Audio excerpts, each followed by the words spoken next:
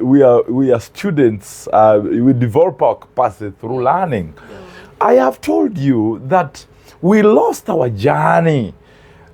When these colonialists came, the Scrum and Petition of Africa in 1884 to 1885, the East Germany Chancellor hosting the leader of France, Austria, Britain, and all these countries to divide Africa like chopping it, like just like gifting it to themselves.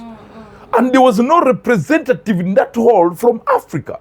And one of the things in the dismantling of Africa was to dismantle the African leadership model, was to dismantle the African spirituality, was to dismantle the Africa's power in education.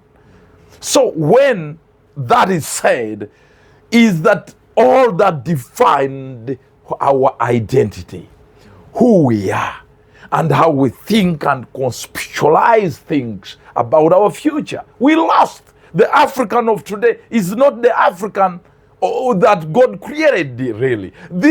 We are just GMOs, the GMOs of the West, of our colonial masters. So they had to come here, divide us, chop our heads, chop our legs, cripple our economy.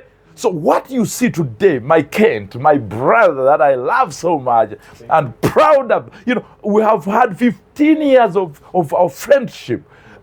We see problems, but the source of the problem is not knowing the power we have, knowing self, that I am a son of the Almighty God, the God of Africa. Within us, we even don't know the meaning of our names. We don't know why we put on the suit and the tie and we tie our necks. We don't know even why we use English. Is this our mother? Do you think this is a language of civilization? No, it's a language of a weak people. Africa had a language of strength, of unity. Look at the 1.4 billion Africans. They can't talk to each other. Each country speaks a foreign language, or depending on their colonial master, that is to divide us. Then we cannot talk together. Then we cannot trade together. Then we cannot marry each other. All these we have 15,000 religions, foreign religions. All these are crafted to make sure that we can't even govern ourselves. Because if we try, then conflicts, religious conflicts must come. You're worshiping this God. I can't work with you. But yet, these are companies, NGOs of the West.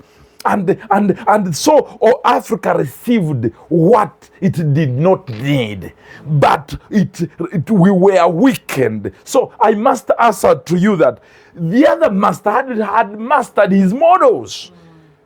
These models is about divide and rule, and conquer, and control, and steal, and loot, and then take these minerals and opportunities to build and industrialize their Western economies. So what I'm talking about here is the fire. We need a revolution to unplug and remove this curse out of us so that we can walk as Africans, think as Africans, dress and educate and celebrate and lead as Africans. So those people have benefited because we lost. We are like robots and we are on their remote. And the laws we craft are not our laws. These are laws of the West because they lack our deep-rooted cultural and spiritual values. So to answer your question loud and clear, Mr. Kent, we can't move an inch of transformation unless we smartly negotiate with our colonial masters so that they can leave us alone. They can leave our necks. We can't breathe. We can't breathe because we don't have our own currency to communicate,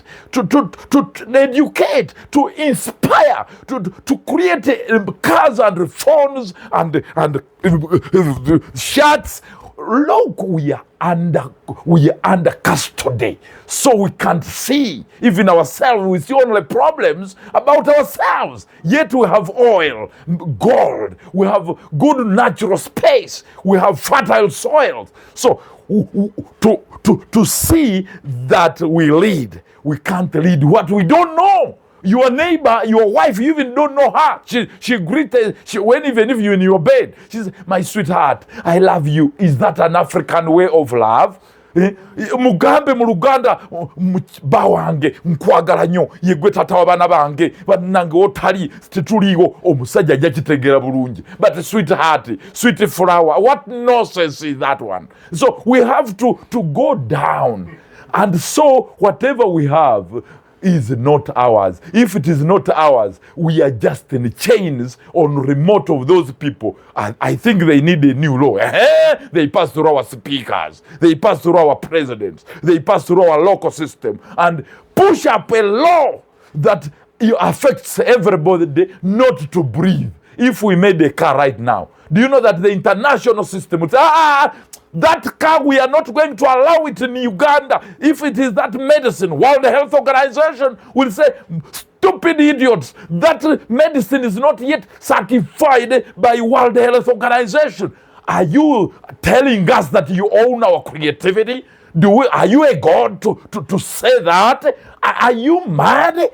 So we are controlled, and we on someone's remote, and so we can't judge ourselves wrongly, because all of us, anyway, we are in Luzira, we can't breathe, and our presidents are the same, and the leaders, as the citizens, we are the same, and so there is nobody bigger than the other. All of us, we must find a way to liberate ourselves.